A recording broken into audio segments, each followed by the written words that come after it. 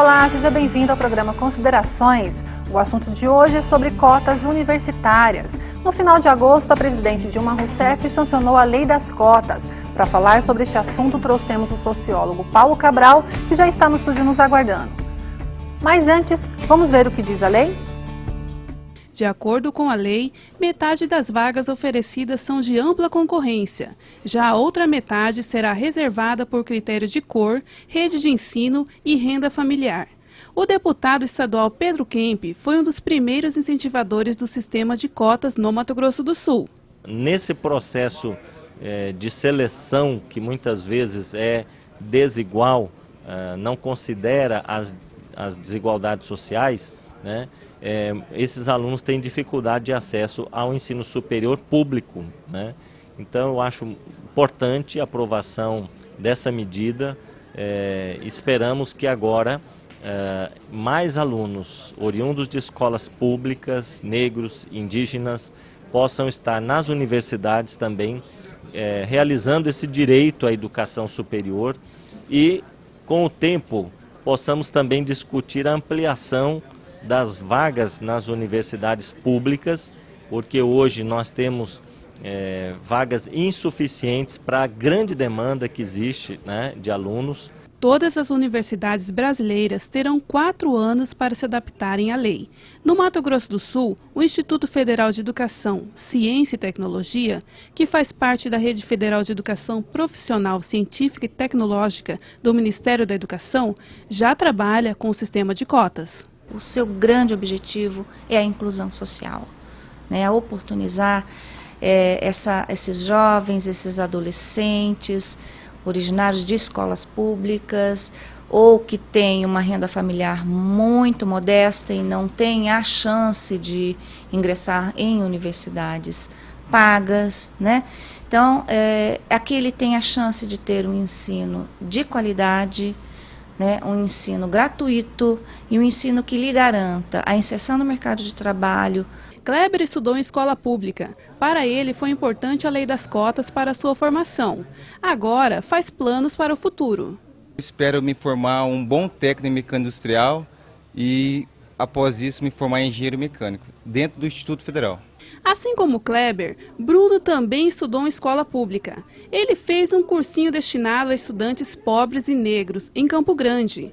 Hoje, mestrando na área de ciências sociais, o projeto de pesquisa dele estuda a participação do movimento negro com as políticas públicas raciais do Estado. A minha dissertação, né, que ainda está no início, vai tentar discutir a aproximação que é possível fazer entre o movimento social, o movimento negro do Estado e algumas políticas sociais que foram constituídas no âmbito estadual também, porque ela se diferencia de certa forma do âmbito nacional, apesar de caminharem concomitantemente, que é o crescimento, o avanço dessas políticas nasce com o avanço nacional dessas políticas. Bruno aprova a lei de cotas e acredita que a iniciativa é uma porta de entrada importante para o futuro melhor na vida de quem quer estudar.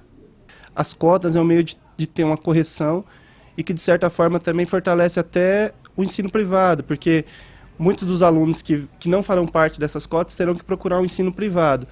E esses alunos com maior recurso financeiro ainda vai ter a oportunidade de cobrar uma maior qualidade do ensino privado. Então, acho que a medida de cotas privilegia tanto, não tem perca nenhuma para o ensino público e ainda melhora o ensino privado. Nas ruas, os cidadãos têm opiniões diferentes sobre a nova lei. Sou a favor, porque as pessoas que se julgam eles na minoria, que é os índios, negros, pardos, eles têm direito também de estar incluso também no ensino, na política, e todas as outras áreas, eles têm como também está dentro desse sistema também. Sou contra, né? Não existe uma classificação, né? Eu não sou melhor que ninguém, entendeu? E assim como ninguém é melhor do que eu. Então não existe uma certa separação para isso. O ensino público ele é muito fraco e como que um aluno do ensino público vai concorrer numa faculdade de medicina, por exemplo, na UFMS, né? Eles estão colocando 50% em relação à etnia, é cor. Então eu não sou a favor. Eu já acho que já há uma discriminalidade de fato nesse momento. Tem que reservar mesmo, porque as condições deles são bem difíceis do que as nossas, né? Então deve reservar a vaguinha dele também. A lei ainda precisará ser regulamentada. Só assim será definido o cronograma de implantação das cotas nas universidades. O fato é que as universidades terão até 2016 para implantarem as novas regras de acesso. Realmente divide opiniões. E no próximo bloco a gente conversa com o sociólogo Paulo Cabral. Não saia daí, voltamos já.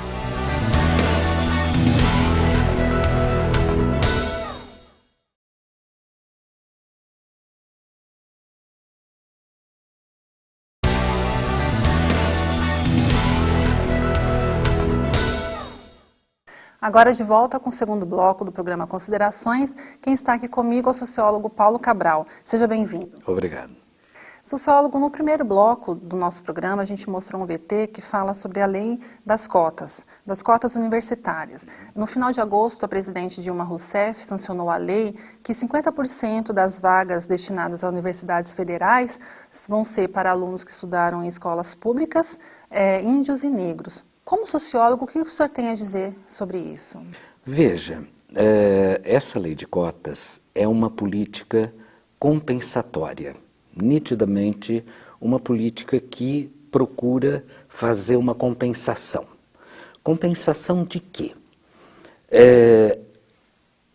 Ao longo da nossa história, os negros, apesar de a libertação, a extinção da escravidão, ter acontecido há cerca de 120 anos, portanto 4 ou 5 gerações distantes da nossa, os negros eles se situaram na base da pirâmide social, porque houve a extinção da escravidão, mas ela não foi acompanhada da distribuição de terras. E assim, a maioria da população negra que ainda trabalhava no campo, veio se juntar aos que já existiam na cidade e foram constituir a base da pirâmide social, o chamado lumpenproletariado, os miseráveis. Esse é um pedaço da história. O outro pedaço é que os negros libertos deixam a autoridade do senhor e passam para a esfera da autoridade policial. Segunda parte. Terceira parte, havia uma lei que considerava contravenção à vadiagem. Então, uma pessoa considerada vadia podia ser detida. Ora, esse conjunto de coisas resulta em quê? Em que os piores salários sejam destinados aos negros, que não podem recusar trabalho, primeiro porque têm que sobreviver, segundo porque não podem ser vadios. Com esse arcabouço, o que acontece? A grande maioria da população negra não tem as mesmas oportunidades que os demais membros da sociedade. No que tange aos índios, nós, no nosso estado... O senhor acredita que ainda existe o preconceito? O preconceito eu não só acredito, como tenho absoluta convicção. O racismo está presente ainda e muito na nossa sociedade. E não só o racismo. Isso não acredita que com a lei das cotas, isso não vai aumentar quando esses alunos que estão dentro das cotas entrarem na universidade? Veja, a reação racista, ela já está acontecendo. Desde quando se começou a discutir a possibilidade dessa lei, uma quantidade extraordinária de artigos em revistas, jornais, foi publicada, dizendo do risco de uma política dessas, que seria injusta, que não levaria em conta a meritocracia, parará, parará, parará, parará. E aí, eu sempre digo, há uma lei de cotas para deficientes terem acesso ao serviço público. Todos os concursos públicos precisam destinar uma quantidade de vagas a deficientes cuja dificuldade não seja incompatível. Não tem um preconceito tanto quanto as cotas. Não há preconceito. Não há preconceito. Com relação a essas cotas, a gente não viu nenhuma matéria. Há uma cota para as mulheres comporem as chapas que disputam as eleições. Os partidos têm que ter 30% de mulheres disputando. também nunca vi um artigo contra essa cota. E por que será que a cota para a universidade gera essa polêmica tamanha? Porque, de fato, nem os deficientes, nem as mulheres estão efetivamente disputando. Quase sempre sobram vagas que seriam destinadas a pessoas com deficiências e as mulheres, a rigor, a despeito de termos a presidente mulher, a despeito de ter crescido a participação feminina na política, ainda assim as mulheres não estão competindo de igual para igual com os homens e, portanto, não estão ameaçando. Agora, no caso da universidade, uma possibilidade concreta os pobres, os negros e os índios tomarem os lugares da universidade que lhes seja destinado. E mais, estreitando as vagas que antes eram disputadas preferencialmente pelos filhos das elites. Daí a tremenda reação. Chega-se ao cinismo de dizer, mas isso é discriminar os negros. E eu costumo falar, de fato, discrimina sim. Só que pela primeira vez, eles estão sendo discriminados para receberem um benefício.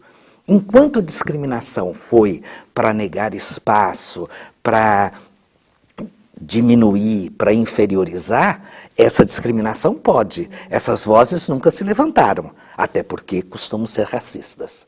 Agora, no momento em que se pensa uma política compensatória para reduzir a extraordinária defasagem que há entre brancos e não brancos na nossa sociedade, para você ter uma ideia, a população brasileira ainda tem uma pequena taxa de escolaridade superior. Falando em desfasagem, o senhor como professor não acredita que precisa melhorar o sistema educacional básico? Bem, a questão da educação básica é um capítulo à parte. O Brasil já teve uma escola pública de excepcional qualidade, inclusive noturna. Esse não seria um motivo para estar criando essas cotas universitárias? Não. Porque, veja, mesmo quando se tinha uma escola pública de excepcional qualidade, a possibilidade dos negros entrarem nessa escola pública era relativamente reduzida porque ela ainda não estava massificada, a oferta de educação básica, certo? Além disso, você tem as elites com um acesso muito maior à informação. Quando dizem que a escola particular é melhor do que a escola pública, eu costumo dizer que isso traz uma certa falácia, porque o aluno da escola privada, pela posse que os pais têm, ele tem acesso à internet, a todos os produtos culturais, a viagens, a aulas de língua estrangeira, Kumon, enfim, ele tem um aporte de estímulos e de possibilidades de aprendizagem extraescolar que o tornam mais apto, evidentemente. E isso não é mérito da escola privada. É mérito da família, da possibilidade, que está dando esse aporte suporte, todo. Né? Então, é um outro suporte. Agora, pensa as condições de um aluno de escola de periferia, cujos pais têm pequena escolaridade, precisam garantir o arroz e feijão antes de tudo, e por aí vai. Então, é claro que o próprio repertório, quer dizer, um filho de elite, ele nasce ouvindo a fala da norma culta. Já um filho das camadas populares, ele aprende um registro popular. E termina não sendo também desigual um filho de elite que seja negro, participar das cotas? Como que vai ser? Veja, um filho da elite que seja negro, o que não é uma coisa tão frequente, porque são poucos os negros que estão no topo da pirâmide. Ele vai ter essa possibilidade de querer... E ele vai poder se inscrever na cota para negros, se ele tiver estudado em escola pública. Que também é mais que é o filtro. Certo? E aí, se ele estudar em escola pública e for negro, ainda que filho da elite, ele vai disputar em condições privilegiadíssimas. Mas essa é uma hipótese realmente pouco provável, remota, porque quando a gente pega o PIB brasileiro, os principais empresários, etc., são pouquíssimos os negros. Haja vista que a presença do ministro Joaquim Barbosa no Supremo é um fato absolutamente inusitado para nós, porque é o primeiro negro que chega na Corte Suprema, né? Então, veja que essa questão do racismo, ela está presente nesse ranço de classe média que sente que os negros, os índios e os pobres estão roubando metade das vagas que historicamente lhes era destinada. Entretanto, me parece, porque eu ia dizendo, nós temos uma escolaridade muito baixa ainda, só cerca de 12% da população brasileira adulta tem educação superior. Isso já melhorou muito. Na época em que eu ingressei na universidade, no final dos anos 60, era 1% da população. Então, crescemos bem. Entretanto, há uma enorme desigualdade em que pese brancos e não brancos equivalerem a metade, mais ou menos, da população. Quando a gente vê a questão da educação superior, entre os negros, apenas 1,3% tem nível superior. O senhor acredita que vai levar quanto tempo? Eu acredito para as pessoas, que... assim, quanto tempo vai levar para poder se equilibrar, aceitarem essa questão das cotas? Você daqui 20 anos vai ter gente com saudade do tempo em que não tinha essa coisa de deixar pobre entrar na universidade, negro e índio favorecido para entrar na universidade. Quer dizer, esse ranço poderá ainda ficar. Agora, para nós o que importa é o tempo que será necessário de uma política compensatória. Como eu disse, 12% da população geral, em torno disso, tem formação superior. Agora, quando eu jogo a análise para a questão étnica, somente 10% desses 12 são de negros. Então, isso significa que 90% dos que têm nível superior são brancos e 10% negros. Você percebe? Quer dizer, é uma defasagem muito grande. E isso não é porque os negros não sejam inteligentes, obviamente. Então, eu preciso de uma política compensatória para reduzir essa defasagem. E eu acredito que, num espaço aí de cerca de 30, 40 anos, essa compensação já tenha acontecido e não seja mais preciso manter essa política de cotas. E para finalizar, existe alguma outra política que poderia ajudar na educação desde o início? Veja, eu acredito que o Brasil precisa fazer um extraordinário esforço para recompor a educação básica, que foi destruída pela Lei 5692, de 71, que foi a lei da ditadura para a educação, que desarticulou um sistema de ensino que era muito bem estruturado, que tinha uma escola pública de excepcional qualidade e que, ao se massificar, se perdeu. Quando essa lei introduziu o conceito de produtividade, ela, de uma certa maneira, massacra a qualidade. E aí as escolas e os sistemas de ensino passaram a estar preocupados com a sua produção. E o que é essa produção? Exatamente a aprovação, muitas vezes automática, do aluno que passa sem saber, daí o crescimento do analfabetismo funcional.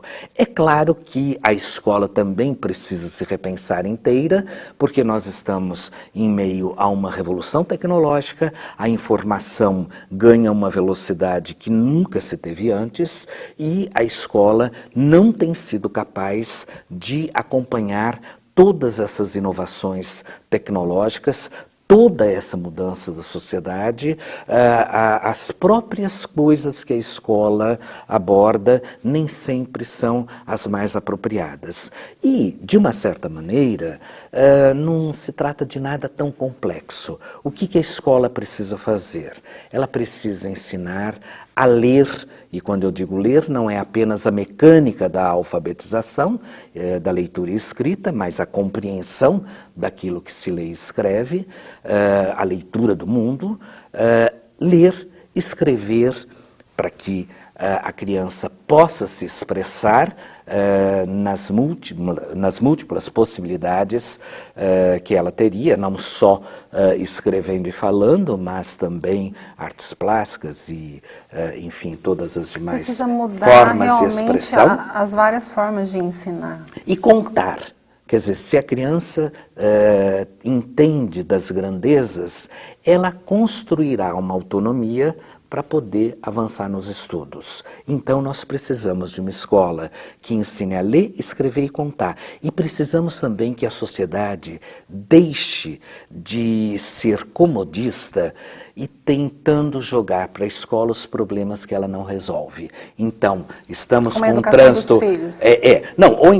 estamos com o trânsito violento. Vamos botar uma disciplina de educação para o trânsito. Estamos com muito problema de gestação na adolescência, vamos botar educação sexual. Estamos destruindo a natureza, vamos botar educação ambiental. Tudo o que a sociedade não dá conta de resolver, ela diz, não, vamos jogar para a escola, porque daqui 20 anos essa geração será adulta e terá mudado. Isso é uma falácia, a gente sabe que não resolve. Então, não é bem assim. Não é. A escola precisa ensinar a ler, escrever e contar direito. E a partir daí, as pessoas terão autonomia para avançarem nos seus estudos e na sua conquista de conhecimento. Tá certo, sociólogo Paulo Cabral, muito obrigado. Foi bastante produtiva a nossa conversa. A gente ficar aqui, a gente vai passar horas e horas falando sobre essa questão da educação, da lei das cotas. Claro. Quero agradecer a sua presença. Eu é que agradeço e reafirmo que estamos no caminho certo, adotando a lei das cotas. E o programa de hoje fica por aqui, considerando o que há de melhor para você. Até o próximo encontro.